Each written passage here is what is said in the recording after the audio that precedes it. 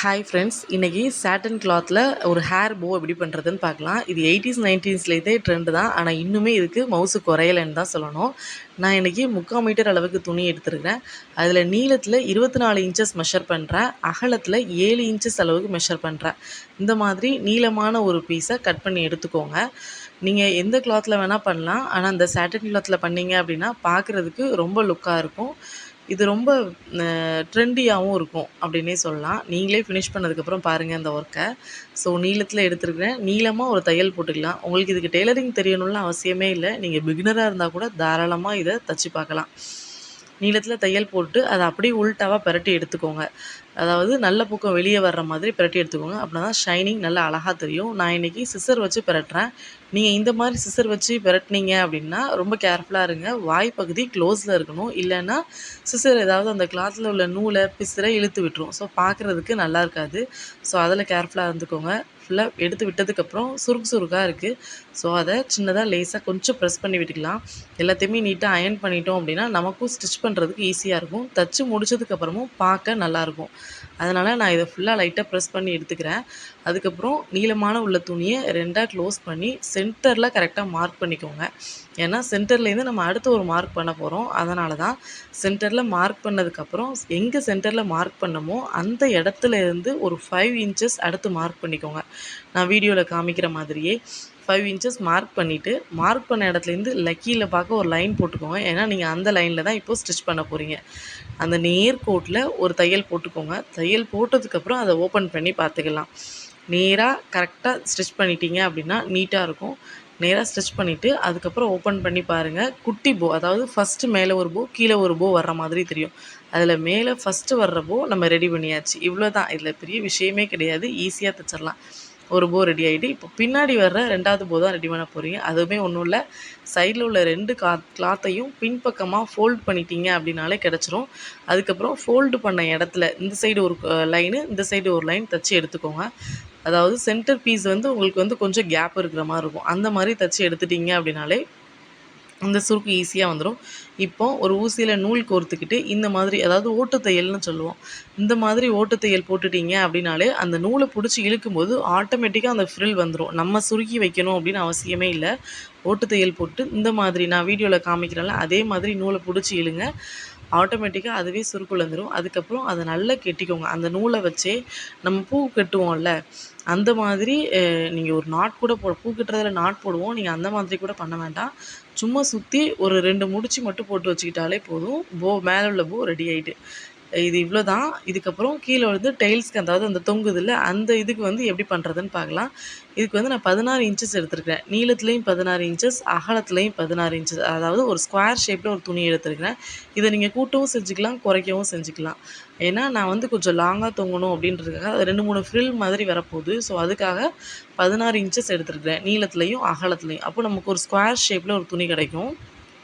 இந்த square shape துணியை அப்படி நல்ல பகுதியை உல்டாவாக வச்சு ரெக்டாங்கிள் ஷேப்பில் மடிச்சுக்கோங்க. நான் காமிக்கிறேன்ல சேம் அதே மாதிரி நல்ல பகுதி உள்பக்கமாக போயிடணும். அப்படின்னா தான் நீங்கள் திருப்பும்போது அது சரியாக இருக்கும்.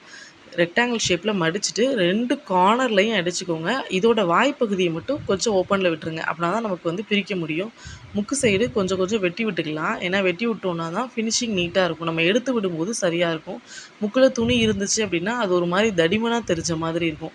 அதனால தான் 2 முக்கு சைடையும் நான் கட் பண்ணி விட்டுக்கிறேன். இங்கேயும் அதே மாதிரி சிசர் வச்சே பிரட்டி எடுத்துக்கிறேன். வெளியில் உள்ள துணியை வந்து அப்படியே எடுத்துக்கலாம். அந்த எட்ஜஸை வந்து ஏதாவது ஒரு ஸ்டிக்கோ அல்லது வேறு ஏதாவது ஒரு நீடிலோ வச்சு அந்த எட்ஜஸ் பக்கம் மட்டும் கூட கொஞ்சம் ஷார்ப் பண்ணி எடுத்து விட்டுக்கோங்க. அப்படின்னா தான் அந்த ஷார்ப் நல்லா தெரியும். இல்லைன்னா துணியோடு சேர்ந்து ஒரு மாதிரி அந்த வளைவே தெரியாத மாதிரி ஆயிரும் உங்களுக்கு. அதை எடுத்து விட்டதுக்கப்புறம் இதையுமே ஒரு தடவை நல்லா நீட்டாக ப்ரெஸ் பண்ணி அயர்ன் பண்ணிக்கோங்க. இந்த துணி டக்குனே ஈஸியாக அயர்ன் ஆகிடும். ஆனால் நம்ம அயர்ன் பண்ணிவிட்டு இதை ஸ்டிச் பண்ணோன்னா நல்லாயிருக்கும். பார்க்குறதுக்கு நல்லா இருக்கிற மாதிரி இருக்கும். ஆனால் தச்சு முடிச்சதுக்கப்புறம் நீங்கள் அயர்ன் பண்ணாட்டா நல்ல ஒரு லுக் கொடுக்காது. ஸோ அதனால் நல்லா நீட்டாக அயர்ன் பண்ணிக்கோங்க. இந்த மாதிரி ஏதாவது ஒரு ஸ்டிக்கை வச்சு மெயினாக அந்த முக்கு சைடை எடுத்து விட்ருங்க. அப்படின்னா தான் அது பார்க்க நல்லாயிருக்கும். இதை ஃபுல்லாகவே ஒன்று போல் வச்சு அந்த தையலையும் நீட்டாக வச்சு அயர்ன் பண்ணி எடுத்துருங்க. அயர்ன் பண்ணி எடுத்துட்டிங்க அப்படின்னாலே உங்களுக்கு ஃபினிஷிங் தெரிஞ்சிடும். இதுக்கப்புறம் 2 இன்ச்சு நான் மார்க் பண்ணியிருக்கேன். அதாவது கீழே நல்ல ஒரு அகலமான பகுதி இருக்குல்ல, அந்த அகலமான பகுதியிலேருந்து 2 இன்ச்சு மார்க் பண்ணிவிட்டு அப்படி நம்ம எப்படி ஒரு சாரீ ஃப்ளீட்ஸ் இருப்போம், குட்டி குட்டியாக மாற்றி மாற்றி மடிப்போம்ல, சின்ன பிள்ளையில கர்ச்சிஃப்லாம் வச்சு கூட மடித்து விளையாண்டுருப்போம். அந்த மாதிரி குட்டி குட்டியாக மடித்து எடுத்துட்டிங்க அப்படின்னாலே நம்ம ட்ரையாங்கிள் ஷேப்பில் இதை தைச்சதுனால சின்ன சின்ன ஃப்ளீட்ஸ் மாதிரி உங்களுக்கு கிடச்சிரும். அதாவது அடுக்கடுக்காக கிடச்சிருக்கு. வீடியோவில் பார்த்தாலே தெரியும்னு நினைக்கிறேன். இதையுமே அதே மாதிரி ஒரு நூலில் ஊசியில் நூலை கோர்த்து குட்டி குட்டியாக ஓட்டு தையல் போட்டு எடுத்துக்கோங்க. ஓட்டு தையல் போட்டு எடுத்துகிட்டு இதையுமே சுருக்குனீங்க அப்படின்னாலே ஒரு சின்ன ஃப்ரில் மாதிரி கிடச்சிரும். அப்புறம் இந்த ஃப்ரில்லையுமே கீழே நல்லா சுற்றி விட்டுட்டு அதுக்கப்புறம் உங்களோட மேலே நீங்கள் ஆல்ரெடி ரெடி பண்ணி வச்சுருக்கீங்கல்ல ஒரு போ, அந்த போவையும் இதையும் சேர்த்து கனெக்ட் பண்ணிக்கோங்க. இதை நல்லா ஃபஸ்ட்டு ஸ்ட்ராங்காக டைட் பண்ணிடுங்க. டைட் பண்ணிவிட்டு இந்த போவையும் இந்த டெய்ல்ஸையும் சேர்த்து மறுபடியும் கெட்டிக்கோங்க. கெட்டிட்டீங்க அப்படின்னாலே உங்களோட பாதி வேலை முடிஞ்சிட்டுன்னு தான் அர்த்தம். இந்த 2யும் சேர்த்து கெட்டினதுக்கப்புறம் நான் இன்றைக்கி ஒரு ஹேர் கிளிப் எடுத்திருக்கிறேன். ஹேர் கிளிப் வந்து மீஷோலேயே இந்த மாதிரி ப்ளெயினான கிளிப்ஸு கிடைக்கும். நான் இதுக்கு முன்னாடியே வீடியோ கூட போட்டிருக்கேன் அதை பற்றி. நீங்கள் அதையுமே பார்த்துக்கோங்க. அந்த மாதிரி ப்ளெயின் கிளிப்பு வாங்கி அந்த ப்ளெயின் கிளிப்பில் B700 க்ளூ அப்ளை பண்ணுறோம்.